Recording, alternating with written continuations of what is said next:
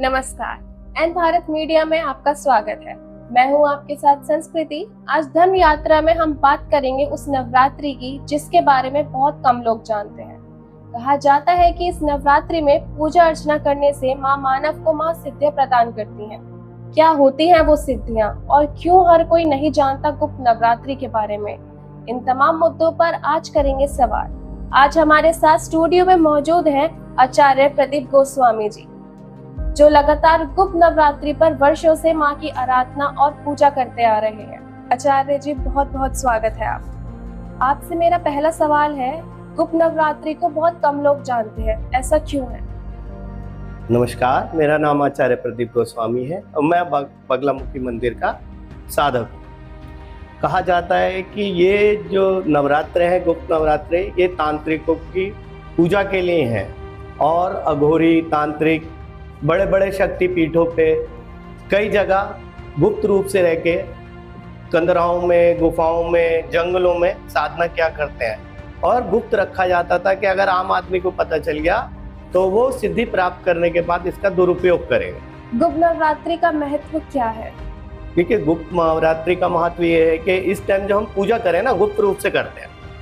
जैसे मैंने आपको बताया, बड़े बड़े शमशान हैं, तीर्थ स्थान है, बड़े बड़े धाम हैं, वहाँ पे गुप्त रूप से रात में देवी की पूजा की जाती है और यह देवी अपने साधक को 22 तरह की सिद्धियां प्रदान कर देती है। मगर मनुष्य क्या करता है, सिद्धि प्राप्त करने के बाद उसका दुरुपयोग करता है, इसलिए इसे गुप्त रखा गया है, गुप्त नवरात्रि कहा गया है। ये 9 दिन गुप्त नवरात्रि के बिल्कुल गुप्त है। कहा जाता है कि गुप्त नवरात्रि में मां की आराधना करने के बाद अनेकों लोग महाप्रतापी हो गए। कौन थे वो लोग, जरा दर्शकों को बताइए। सर्वप्रथम भगवान विष्णु ने माता की पूजा की, बगलामुखी की।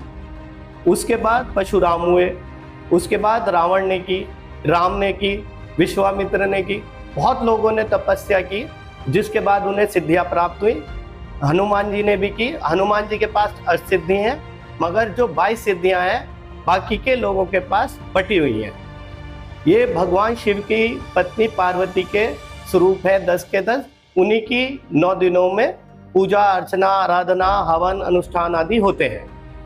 क्या गुप्त नवरात्रि में पूजन की विधि चैत्र और शारदीय नवरात्र की तरह ही होती है? जी नहीं, ये जो नवरात्र है, मैंने पहले भी आपको बताया, आम आदमी को, गृहस्थ को नहीं करने चाहिए, परंतु ये कलयुग है, इस टाइम कुछ भी गुप्त नहीं रहा है, इसलिए लोग रखने लगे हैं। हम लोगों से प्रार्थना करते हैं, ये तांत्रिकों की, भक्तों की, बड़े बड़े ऋषि मुनियों की जो अपना गृहस्थ जीवन त्याग चुके हैं, उन लोगों के लिए, क्योंकि ये पूजा पाठ नवरात्रों में इतने वो होते हैं, मतलब भारी होते हैं कि कई बार इनकी पूजा से आदमी दिग्भ्रमित हो जाता है, दिमाग खराब हो जाता है। बस थोड़ा बहुत अब इन दिनों में साधक जो घर में उपासक हैं, हम कहते हैं भाई दुर्गा सप्तशती का पाठ कर लीजिए, अखंड ज्योत जला लीजिए, कलश लग लीजिए, बस गुप्त नवरात्रों में इतनी पूजा करें। क्या इस गुप्त नवरात्रि में हम लोग पूजा पाठ कर सकते हैं? हाँ, मैंने बताया ना, आप लोग थोड़ी बहुत पूजा पाठ करिए। गुप्त नवरात्र है, मंदिर जाइए, कलश रखिए, दुर्गा सप्तशती पाठ करिए। जो आप पूजा पाठ नित्य कर्म करते हैं अपने गुरु से, जो आपको दीक्षा प्राप्त है, वो करिए, क्योंकि 9 दिन में आपका मन चैतन्य हो जाएगा। चैतन्य हो गया तो यही सिद्धि है और यही शुद्धि है। सिद्धि के लिए मत लड़िए, शुद्धि के लिए लड़िए, जीवन शुद्ध हो जाए। आखिरी सवाल आचार्य जी, आपके मंदिर में कितनी महादेवियां विराजमान हैं, जरा उनके बारे में बताइए दर्शकों को। आप ये मानिए, हिंदुस्तान में अगर आपको त्रिपुरा सुंदरी के दर्शन करने हैं, त्रिपुरा जाना पड़ेगा।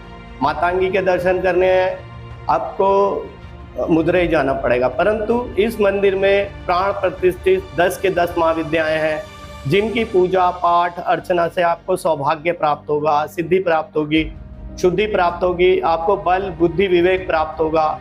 यहाँ 10 की 10 महाविद्याएं हैं। माता को प्रतिदिन जड़ी बूटियों से, समिधा से, हर तरह से षोडशोपचार से पूजा की जाती है और प्रतिदिन हवन अनुष्ठान किया जाता है। बहुत दूर दूर से लोग, नेता लोग, अभिनेता लोग और बड़े बड़े लोग, बहुत गरीब लोग हवन पूजन कराते हैं, भगवती के दर्शन करते हैं, श्रृंगार करते हैं, पूजा पाठ करते हैं और अपने मनोरथ पूर्ण करते हैं। धन्यवाद आचार्य जी। नमस्कार। हमारे साथ इस धर्म यात्रा के एपिसोड में जुड़ने के लिए तो दोस्तों, धर्म की यात्रा लगातार जारी है और इस यात्रा में हम आप तक धर्म की हर खबर पहुंचा रहे हैं। अगली बार फिर मिलेंगे किसी और धर्म की यात्रा के साथ। तब तक के लिए नमस्कार। आप बने रहिए एन भारत मीडिया के साथ।